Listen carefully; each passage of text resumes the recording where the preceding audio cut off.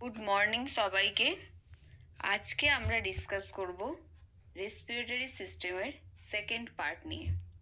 Second পার্টে first question হলো the epithelial tissues present on inner surface of bronchioles and fallopian tubules. আর যে epithelial tissue থাকে ব্রঙ্কিউলস আর Fallopian টিউবের ইনার সারফেসে কোন এপিথেলিয়াল টিস্যু থাকে? সিলিয়েটেড এপিথেলিয়াল টিস্যু থাকে। এছাড়াও ব্রঙ্কিউলসের মধ্যে একটা হেয়ারি স্ট্রাকচার থাকে যাকে বলা হয় সিলিয়া। সিলিয়ার কি কাজ করে? যে পার্টিকেলসগুলো থাকে ফরেন পার্টিকেলস সেগুলোকে রিমুভ করতে সাহায্য করে। আর এই সিলিয়াটা গবলেট সেল দিয়ে তৈরি হয়, যেটা কি করে মিউকাস সিক্রেশন করে। নেক্সট কোশ্চেন হলো hyaline cartilage has a primary function of. Hyaline কার্টিলেজের প্রাইমারি ফাংশন কি? সাপোর্ট ট্রাকিয়া, ট্রাকিয়াকে সাপোর্ট প্রোভাইড করে। হায়ালিন কার্টিলেজ হলো একটা গ্লাস লাইক ট্রান্সলুয়েন্ট কার্টিলেজ। এটা কি দিয়ে তৈরি? এটাদের মধ্যে কোনো নার্ভ থাকে না বা ব্লাড ভেসেলস থাকে না। এটা হচ্ছে simple in structure. Next question, which of the following parts of brain regulate respiratory process? Respiratory প্রসেসটাকে রেগুলেট করতে ব্রেনের কোন পার্ট হেল্প করে? সেটা হলো মেডুলা অবলাঙ্গাটা। মেডুলা অবলাঙ্গাটাকে বলা হয় respiratory regulatory centre. Next question হলো গ্লটিস গ্লটিস কোথায় থাকে? গ্লটিস হচ্ছে between true vocal cord and rima glottis. Rima glottis আর ট্রু ভোকাল কর্ডের মাঝখানে গ্লটিস লোকেটেড। আর রিমাগ্লটিস কোথায় located? Opening between true vocal cord. True vocal cord দুটোর মাঝখানে থাকে হচ্ছে রিমাগ্লটিস। ল্যারিংসের লোকেশন কোথায়? Just opposite cervical 1 and cervical 4 vertebra. এটা হচ্ছে চিলড্রেনদের ক্ষেত্রে। আর অ্যাডাল্ট পার্সনের ক্ষেত্রে সার্ভাইকাল 3rd অ্যান্ড সার্ভাইকাল 6 ভার্টিব্রার ঠিক অপোজিটে ল্যারিংস লোকেটেড। যেমন heart located thoracic 5 to thoracic 8 এর মধ্যে, kidney located thoracic 12 to lumbar 3rd এর মধ্যে, আর স্প্লিন রিভস 9, 10, 11 এর মধ্যে, যে লাইনিংয়ের মধ্যে থাকে হচ্ছে spleen. Next question, trachea bifurcates at the level of. Bifurcates বলতে বোঝায় ডিভাইডেড। ট্রাকিয়া হচ্ছে লোয়ার রেসপিরেটরি ট্র্যাক্টের একটা অর্গান। ট্রাকিয়া যেখান থেকে ডিভাইডেড হচ্ছে সেই লোকেশনটা হলো থোরাসিস 5 বা একে ক্যারিনা বলে। ট্রাকিয়া বাইফার্কেট হয়ে রাইট ব্রঙ্কাই আর লেফট ব্রঙ্কায়ে ডিভাইডেড হয়। নেক্সট কোশ্চেন হলো which of the following provide the greatest surface area for gas exchange? Gas এক্সচেঞ্জের জন্য সবথেকে বেশি সারফেস এরিয়া প্রোভাইড করে হচ্ছে অ্যালভিওলাই। অ্যালভিওলাইকে বলা হয় basic functional unit of respiratory system. অ্যালভিওলাইয়ের প্রেশার কত হয়? অ্যালভিওলাইয়ের প্রেশার হয় 760 mm of Hg প্রেশার হয়। এটা হচ্ছে অ্যাটমসফিয়ার প্রেশার যদি জিজ্ঞেস করা হয় অ্যালভিওলাইয়ের, তাহলেও হবে 760 mm of Hg। Lungs pressure কত হয়? 760 mm of Hg। শুধু যদি জিজ্ঞেস করা হয় প্রেশার ইন্ট্রাপ্লুরাল স্পেসের প্রেশার কত হয়, তখন সেক্ষেত্রে -4 করা হয়। ইন্ট্রাপ্লুরাল স্পেস যে প্রেশারটা হয় ইন্ট্রাপ্লুরাল প্রেশার, সেটা হয় 756 mm of Hg। আর অ্যালভিওলাইয়ের মধ্যে আর কি হয়? অ্যালভিওলাইয়ের মধ্যে টিউবারকেল ব্যাসিলিটা মাল্টিপ্লাই হয়। টিউবারকেল ব্যাসিলি বলতে বোঝায় মাইকোব্যাকটেরিয়াম টিউবারকেলকে। এটা হচ্ছে টিবির কজেটিভ অর্গানিজম, টিউবারকুলোসিসের কজেটিভ অর্গানিজম। এটা যেহেতু অ্যারোবিক ব্যাকটেরিয়া, তাই অক্সিজেনের প্রেজেন্সেই মাল্টিপ্লাই হতে পারে। আর অ্যালভিওলাইয়ের মধ্যে অক্সিজেনের প্রেজেন্স থাকে, তাই অ্যালভিওলাইয়ের মধ্যে টিউবারকেল ব্যাসিলি মাল্টিপ্লাই হয়। আর অ্যালভিওলাই কত সংখ্যক থাকে? আমাদের যে দুটো হিউম্যান লাংস আছে তার মধ্যে 600 to 800 মিলিয়ন অ্যালভিওলাই থাকে। 1 মিলিয়ন বলতে বোঝায় 10 লাখ, তাহলে 600 to 800 মিলিয়ন অ্যালভিওলাই প্রেজেন্ট থাকে দুটো হিউম্যান লাংসের মধ্যে। নেক্সট কোশ্চেন হলো, which cell of alveoli is protect against bacteria by phagocytosis? অ্যালভিওলাইয়ের কোন সেলটা প্রোটেক্ট করতে সাহায্য করে ব্যাকটেরিয়ার থেকে? ফ্যাগোসাইটোসিস করার জন্য যে ব্যাকটেরিয়া থেকে প্রোটেক্ট করে কোন সেলটা? Type 3 cell. অ্যালভিওলাই 3টে সেল দিয়ে তৈরি, type 1 cell, type 2 cell, type 3 cell. Type 1 cell কি করে? গ্যাস এক্সচেঞ্জ করে ক্যাপিলারি নেটওয়ার্ক দ্বারা। টাইপ 2 সেল কি করে? সারফেক্টেন্ট প্রডিউস করে, যে লাইপোপ্রোটিন সারফেক্টেন্ট, সেটা কি করে? Prevent collapse of alveoli. আর টাইপ 3 সেল প্রোটেক্ট করে ব্যাকটেরিয়ার এগেনস্টে, ফ্যাগোসাইটোসিসের ক্ষেত্রে প্রোটেক্ট করতে হেল্প করে। টাইপ 3 সেলের মধ্যে থাকে dust cell. Dust cell mainly এই কাজটা করে থাকে। নেক্সট কোশ্চেন হলো, which respiratory structure has the smallest diameter? Respiratory স্ট্রাকচারের মধ্যে সবথেকে স্মলেস্ট ডায়ামিটার হলো ব্রঙ্কিওলের। লাস্ট যে জেনেছিলাম আমরা যে লোয়ার রেসপিরেটরি ট্র্যাক্টের মধ্যে থাকে ট্রাকিয়া, ব্রঙ্কাই, ব্রঙ্কিউলস। ব্রঙ্কিউলস থাকে হচ্ছে স্মলেস্ট স্ট্রাকচার। নেক্সট কোশ্চেন হলো, which of the following controls the respiratory rate? Respiratory rate control করে হচ্ছে মেডুলা। মেডুলা হচ্ছে ফার্স্ট প্রায়োরিটি অপশন।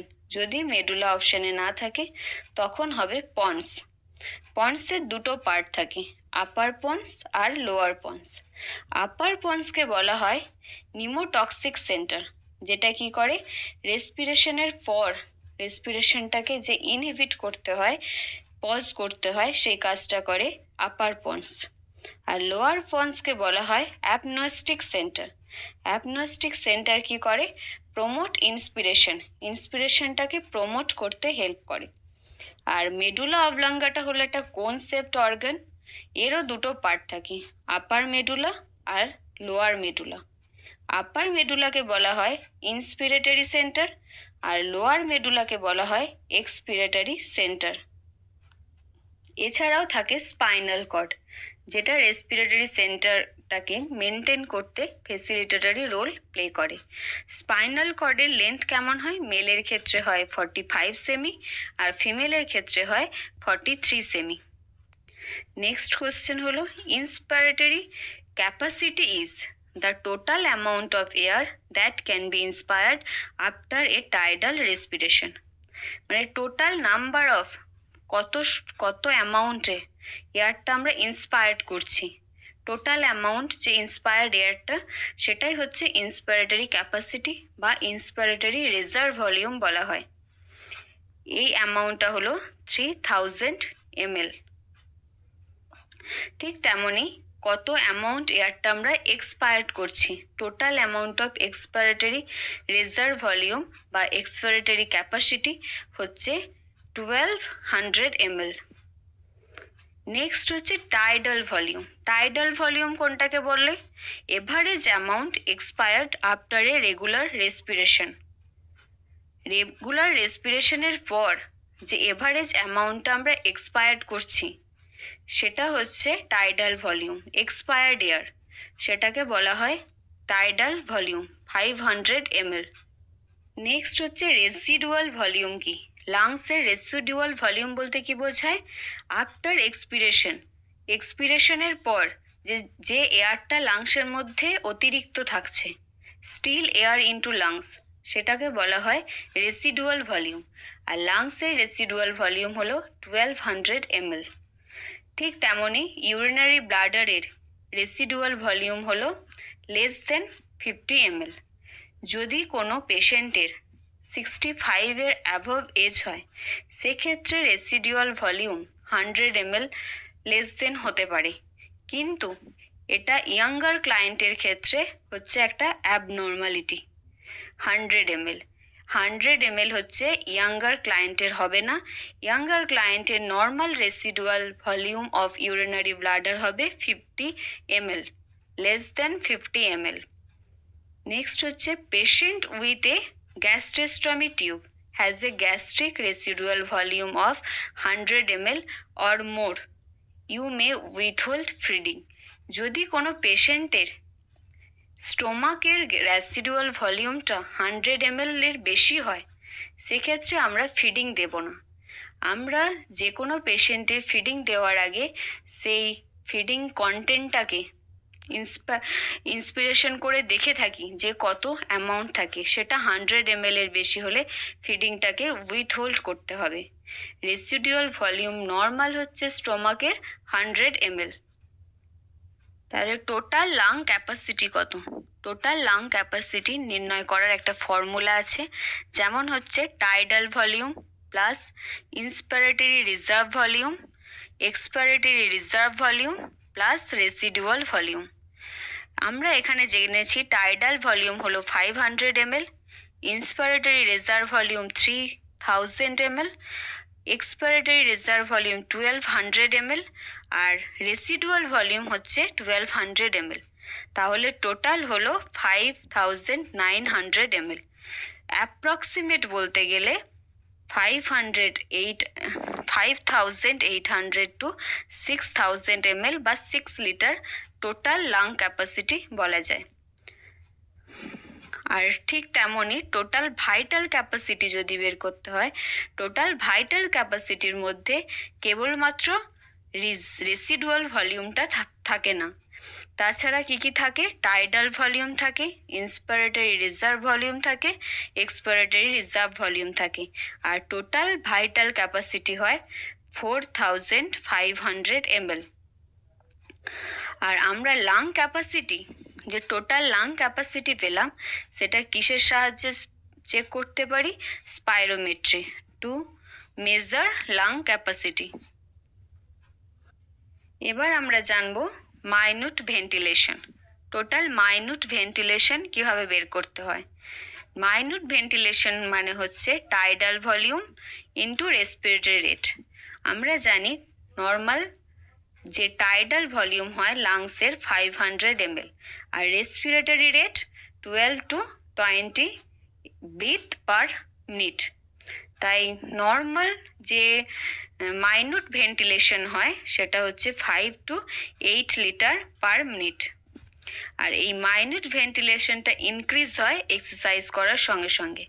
আমরা পরে জানবো কার্ডিয়াক আউটপুট যেমন হয় heart rate into stroke volume দিয়ে।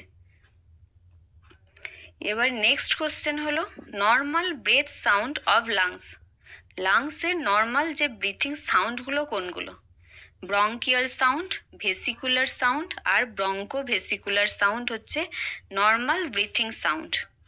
কিন্তু অ্যাজমা পেশেন্টদের ক্ষেত্রে একটা যেহেতু এক্সটার্নাল সাবস্টেন্স প্রেজেন্ট থাকে, এক্সটার্নাল অ্যালার্জেন সাবস্টেন্স এয়ার পাসিংয়ের মধ্যে প্রেজেন্ট থাকে, তাই স্মল এয়ারওয়ের মধ্য দিয়ে এয়ারটা যে পাসিং হয় তখন উইজিং বা মিউজিক্যাল সাউন্ড শোনা যায়, যেটা হয় হাই পিচ। আর এটা মেনলি শোনা যায় এক্সপিরেশনের সময়, আর এটা হচ্ছে একটা অ্যাবনর্মাল সাউন্ড। ব্রঙ্কিয়াল সাউন্ডটা কেমন হয়? ব্রঙ্কিয়াল সাউন্ডটা শোনা যায় ট্রাকিয়াতে। ট্রাকিয়া যেখান থেকে ডিভাইডেড হচ্ছে বা বাইফার্কেট হচ্ছে T5 বা ক্যারিনাতে, সেখানেই ব্রঙ্কিয়াল সাউন্ডটা শোনা যায়। এই সাউন্ডটা হয় loud, harsh and high pitched. আর এই সাউন্ডটা বেশি শোনা যায় এক্সপিরেশনের সময় দেন ইন্সপিরেশন। আর ভেসিকুলার সাউন্ডটা ঠিক অপোজিট, এটা শোনা যায় হচ্ছে ওভারঅল লাংসের মধ্যে, যে এন্টায়ার লাংস আছে পুরোটার মধ্যেই এই সাউন্ডটা শোনা যায়। আর এই সাউন্ডটা হয় কোয়াইট লো পিচ, আর এই সাউন্ডটা লঙ্গার হয় ইন্সপিরেশনের সময় এক্সপিরেশনের থেকে।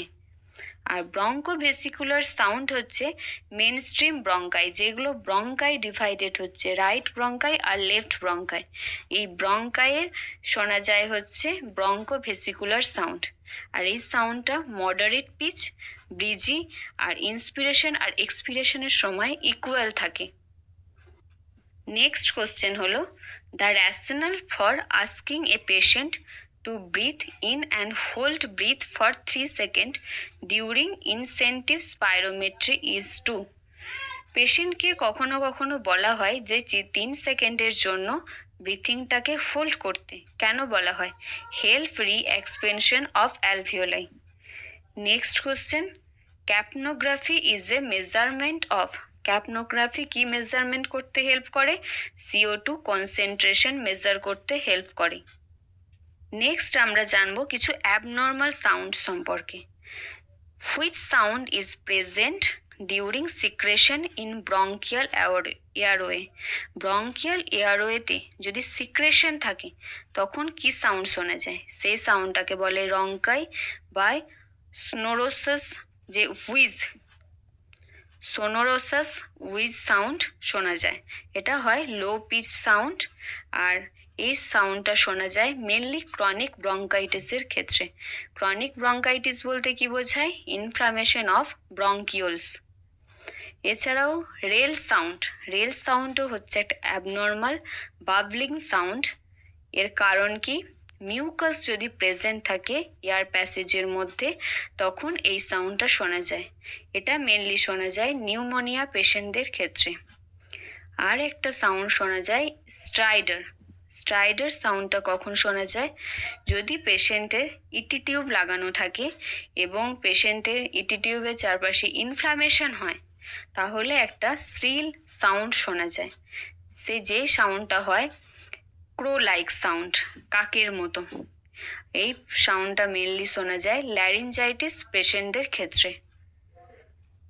আজকের ক্লাস এই পর্যন্তই। থ্যাংক ইউ সবাইকে।